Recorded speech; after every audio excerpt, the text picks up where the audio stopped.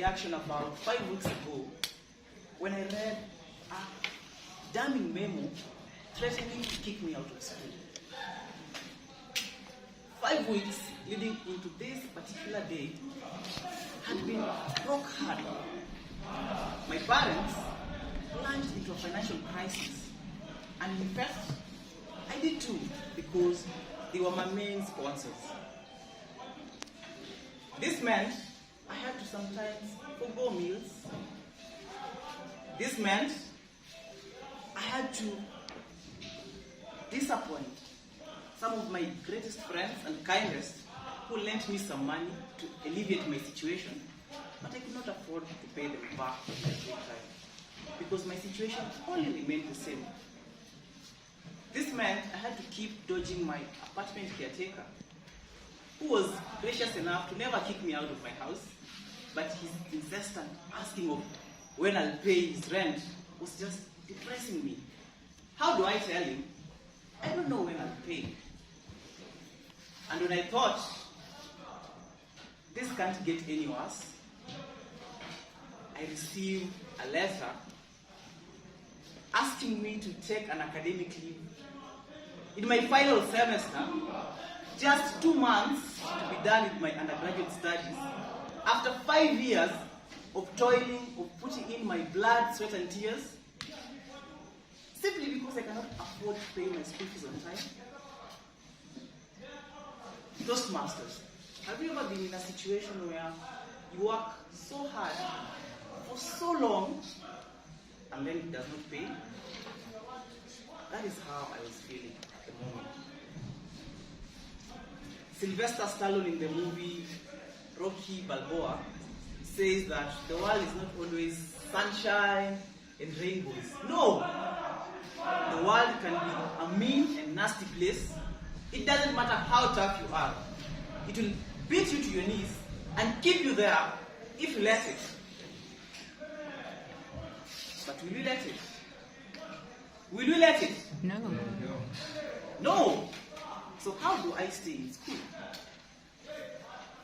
I put myself together, change into more official clothing to go speak to the chair of my department. I remember my walk there. The sun that day was, I think it was intentional. So hot. Very hot. Just to make my situation appear worse. As I was walking, I was actually losing my breath. My knees were struggling to just lift my body. My lips were trembling. I only compared it to leaves in a storm. The world was beating me to my knees, but I was determined. I made it to the department, drenched in sweat, of course. So I talked to my chairman. After listening to my plight, he said, I have a window of opportunity. I just have to pay my fees in 3 days. 3 days.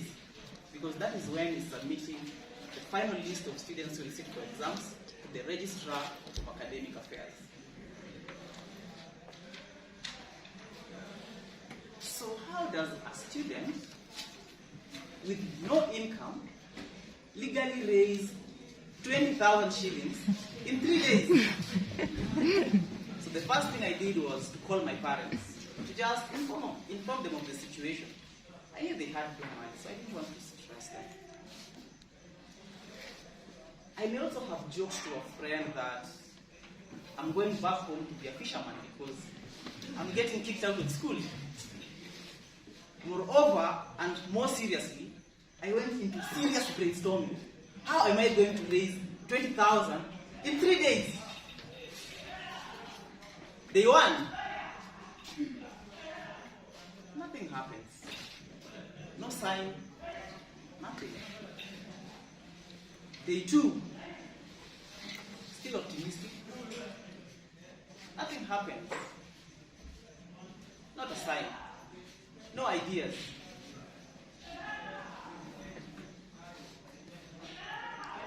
You see, life is hard. Life can be hard sometimes. There are times when you till your land, you religiously weed, and you reap the benefits. But then there are days when that hard work, and then a storm out of nowhere comes and destroys your crops, leaving you with zero harvest. And this situation was turning out to be one of those days for me. But on the third day, first thing in the morning, my dad sent me some money out of nowhere. And as if that is not enough, my friend's parents offered to pay the rest of the remaining school fees. And at that moment, my heart just melted with gratitude. I was so happy. First, because someone, apart from my parents and me, of course, offered to pay my school fees. I thought this is one of the greatest gestures in my life. Second, I was reminded to always stay alive. Always believe that better will come. And that as long as the earth keeps spinning, then there is hope.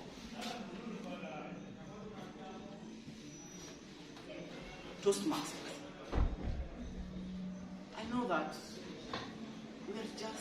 we are all at a point where we are trying to build ourselves.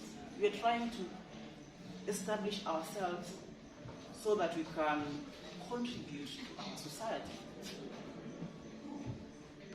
I want to encourage you that when days get winter cold and your dreams seem to be failing, when you fall, make sure you fall on your back. Because as Les Brown puts it, if you can look up, then you can get back up. And you don't look up by choking in the dust of despair and regret. No, you look up by asking for help if you must. You look up by believing that something better will come. You look up by trusting in your own worth and what you have to offer. Toastmasters, let us look up.